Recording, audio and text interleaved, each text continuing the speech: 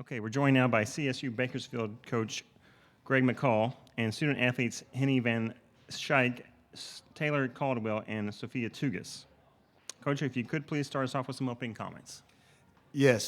First off, I want to just say hats off to Santa Barbara. They played a great game. They withstood all of our runs. They did everything they needed to do to hit some big shots. Even when we tied it up, I was like, we got them. But they hit another big shot. They kept hitting big shots. The ball was just bouncing their way today. Even when we got the stops that we needed, the ball just kept bouncing their way. But I'm so proud of our players, and I'm so proud of my team of how they handled themselves throughout this whole entire tournament. We definitely came in as the underdog, and you guys saw that, and number 9 seed. And there's times throughout the season that we probably played like that as well too. But then there's a lot of times throughout the season that we would get so close and we would do something to put ourselves in a bad position, to keep ourselves in that position. And but here and now, when we talked about the record being 0-0, that's what we showed. So I'm just going to say we finished up this thing on a winning note. We were 2-1, and that's the way I'm going to look at it. We made it to the Final Four. We were the first in program history, to be able to do that. So I'm so proud of this team. It's a couple people, though, if you don't mind, I'm going to take a little time. I want to thank, and they're sitting here, 2 of them are sitting in the room.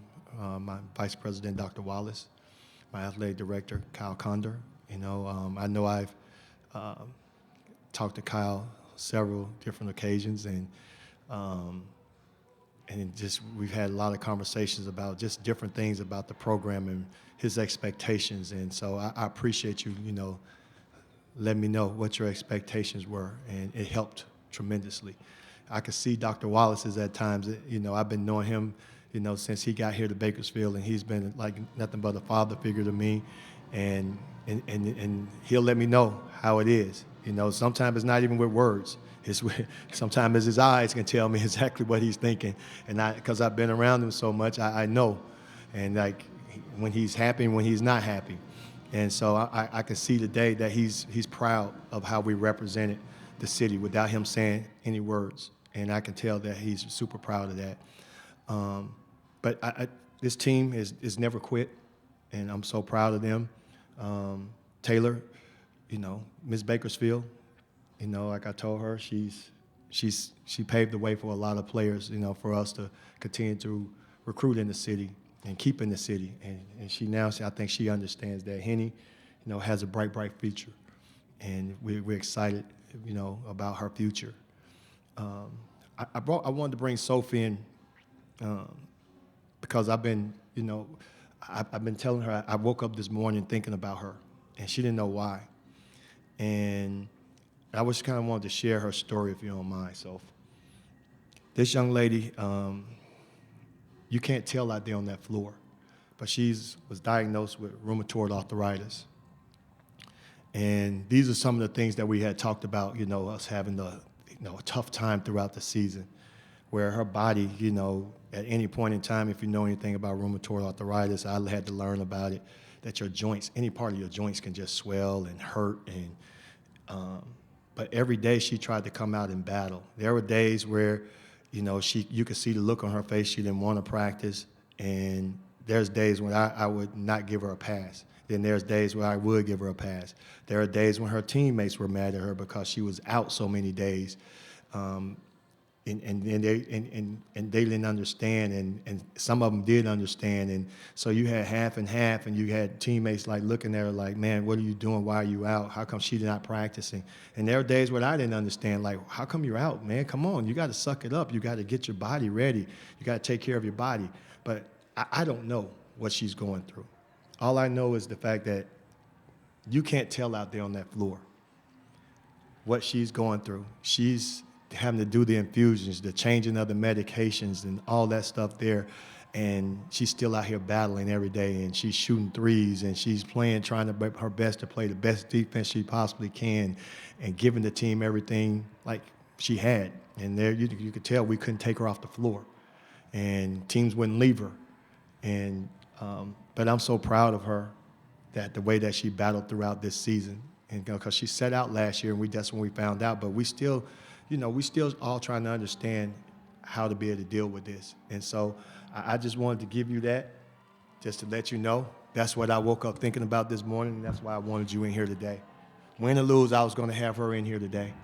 And no matter what was going to take, if she scored 0 points or she scored 100 points today, she was going to be in here today. And so I'm so proud of her. So sorry for taking so much time, but you guys can ask the questions. Well, I guess my first question is for Sophia. Coach just shared your story there a little bit. It's something we didn't know, but to watch you out there, the way you've performed, you were a gamer the last, couple of games, especially in that double overtime victory. What has this run meant to you?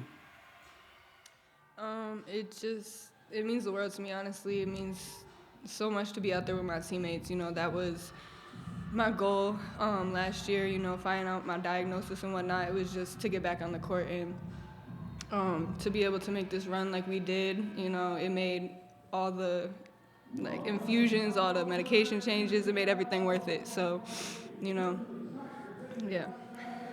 I can tell it's a lot to process right now, and I'm sure when your coach is sharing your story in front of all of us, the world, for you, the journey, I can only imagine, has been so hard, but what does it mean to have this group with you, behind you? It means everything. Like he said, there was days where I would come in and it would just be really hard to even, get out of bed. But coming in, seeing them, seeing their love for the game, and just made me want to push through for them. And, they gave me the strength when I didn't have it myself. So, yeah. We're going to keep getting sentimental in here. Taylor, now that your experience of coming back home to Bakersfield has kind of concluded, just looking back, what was it like for you overall?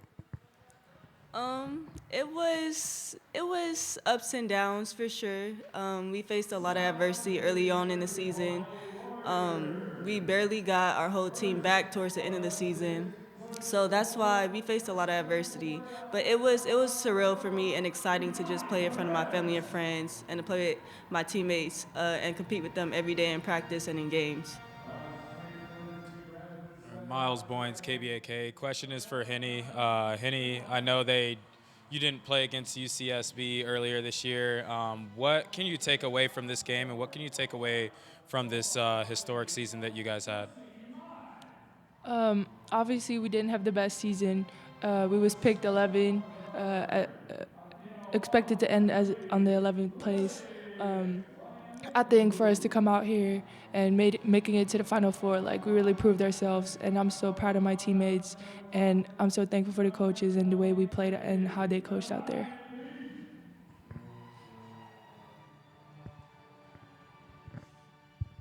Coach, you talked about expectations. You talked about the conversations with your athletic directors in here, Kyle Condor. To have your team rally around your words heading into this tournament after the season, the adversity, the fourth quarters, what does that mean to you as a leader? It means a lot. Like they said, it was definitely challenging at times and frustrating at times. You make you want to question yourself at times, and I did. I questioned myself, and what am I not doing the right way to get these young ladies to buy into what I'm trying to do for them. What is it that I felt like I was giving everything and then wasn't getting anything in return, but I had to look at myself in the mirror. And am I trying to ask for too much, or am I trying to demand too much? So I had to give and take a little bit. And a couple people, I know, I talked to Kyle, of course, but there were 3 people in particular that also helped me out with this, and I'm gonna give them the credit. Coach Rod Barnes, who's my mentor. His office is right next door, which makes things a lot easier for me. I can just go right next door, and I can just lay my head and just in my hands and just give him everything I need, whether I'm angry that day, whether I'm sad that day. He's going to give me the best advice possible. And he first gave me the advice. And on what to be able to do, how to adjust. The second person was my father. He's been in the stands. He came to every one of these games. He lives here in Las Vegas. Believe it or not, he told me the same thing in his own words, the same thing Coach Barnes told me. And then my next one was my community college coach, who's a Hall of Fame coach, Keith Hughes. I talked to him, and believe it, he's a hard-nosed guy, super hard-nosed guy. And believe it or not, he told me the exact same things. He was like, and all three said, hey, Coach, you got to listen to your players. This is what you have to be able to do. You got to listen to them. You got to make relationships all over again with them, whether it's your coaches trying to help you build this with the relationships, somebody from the outside of the community that had to help you build this relationship, and Taylor laughing because she knows who I'm talking about. You know, and you got to be able to adapt because the society has changed so much with the players. You know, you have so many different things that can distract them. And so sometimes you can be so stuck in your ways on how you usually do things and what teams have done in the past. You forget about your team that you have right there in front of you and what their expectations are, because you're looking at what has happened in the past and how you used to do things in the past. And that's what I had to do. I hit rock bottom, you know, believe it or not. I hit rock bottom. And after I hit rock bottom, that's when I start searching and start praying, you know, a lot and asking God for the answers. And those are the three people that helped me get there, along with Kyle. And he told me in his way how what his expectations were. And that's what I did. And that's what these young ladies, and I could see it. It just changed like overnight for me, and it just started to change, and they just started to buy in to everything that I was doing. And that's what it's all about. It's not just me getting what I want all the time, demand, but I also have to listen to my players as well too.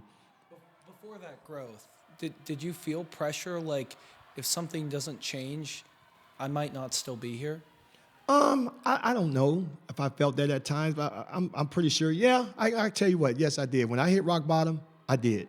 I really did. When I hit rock bottom, I felt that. And I haven't never really felt that since I've been here. And I had my first 2 years were really, really, really rough when I got here, and going in. This is when Dr. Wallace came in, and I'm going into my third year. And it was a tremendous amount of pressure, but I just didn't feel it like I felt it this time. And I knew I had the squad to be able to compete going into my third year. And, you know, we did what we had to do, and I'm still here to this day. But, yeah, of course, for this time around, this was the lowest I've ever felt in my whole entire career, where I felt like, man, the pressure is really, really on. But I never wanted my players to feel that. I didn't ever want them to feel like, you know, like I could be out of here at any time. I just wanted me to understand so I can get myself back into the fun and the joy of coaching and what I needed to learn how to do from that. And that's what I did. You know, I stopped thinking about that, and I just started figuring out ways I can get myself into the fun and joy of coaching and making it fun for them. And as you can tell, the results, man, it paid off. Paid off a lot. I don't want to hog the mic, but congratulations. Thank you. Oh, I got one more, if that's okay. Coach, you know, earlier this season, it was actually after a game against UC Santa Barbara, you talked a little bit about just how young this team was and the sheer number of freshmen on it and kind of the possibilities for the future. How do you feel about how the future is stacking up now? Well, you know, I feel really good about it. It's just unfortunate. It's one of those things that is just out there, and I cannot deny it. It's this transfer portal. It's this thing called that. And as much as I know I love these young ladies, and I know they love me back, I still have to be real about it. And I'm hoping that I get everybody back. I really, really do. These young ladies have worked their butts off, and to put themselves in great positions so we can build something special here, because we were so young. And so and I think if we do, trust, we'll be back even harder. I mean, from the beginning of this thing, because now we got a better understanding of each other. And, you know, even though Hennie was probably my most veteran player, because she played last year, Soph didn't play last year, but she played the year before that. We lost a lot of veterans, but Hennie was my veteran leader last year, and she played, you know, sparingly with those veteran groups, but the veterans played the most of the minutes, and now she's one of my vets. And so if we can keep this core together, and I pray to God hard that I do. I really, really do. I think we're going to have something really, really special here. James Cecil, Cal State Bakersfield. First of all, I just want to say it's been a pleasure working with you guys, whether it's been behind the scenes, sending you guys stats, or even just following you and writing all the stories. What I was going to ask is if you could find just one word to describe this team as a whole, what would it be? Wow.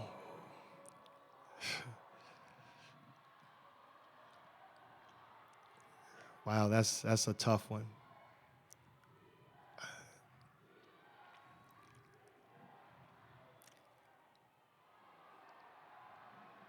You know how sometimes families argue and fight, but then they all make up? If I had to describe that, that's what I would say. It would be like family. Even though we had a lot of battles, we were gritty. I can say we were gritty. We were out there, we battled, but we were family. That's what I can take away from it. We were family. Great. Thanks, Coach. Thanks, ladies, for your time. We appreciate it. Thank you. I don't know if that was it? Okay. I thought you had one more question.